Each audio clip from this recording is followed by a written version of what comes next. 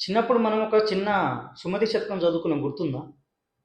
బలవంతుడ నాకేమని పలువురితో నిగ్రహించి పలుకుట ఏల, బలవంతమైన సర్పము చలిచీమల చేత చిక్కి చావదే సుమతి.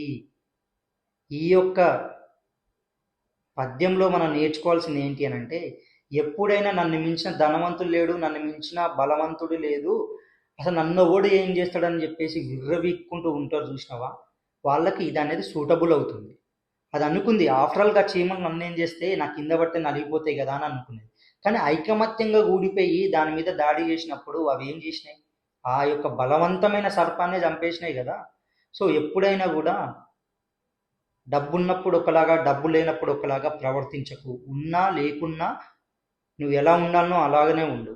అప్పుడే నీకనేది విలువ ఉంటుంది, మర్యాద ఉంటుంది, పాజిటివిటీ ఉంటుంది. ఓకే. సో మన వీడియో నచ్చితే ఫాలో కొట్టండి, సబ్స్క్రైబ్ చేయండి. ఇంట్రెస్టింగ్ వీడియోలు అనేది నెక్స్ట్ వీడియోలో కలుసుకుందాం. Jai Hind and bye. Thank you.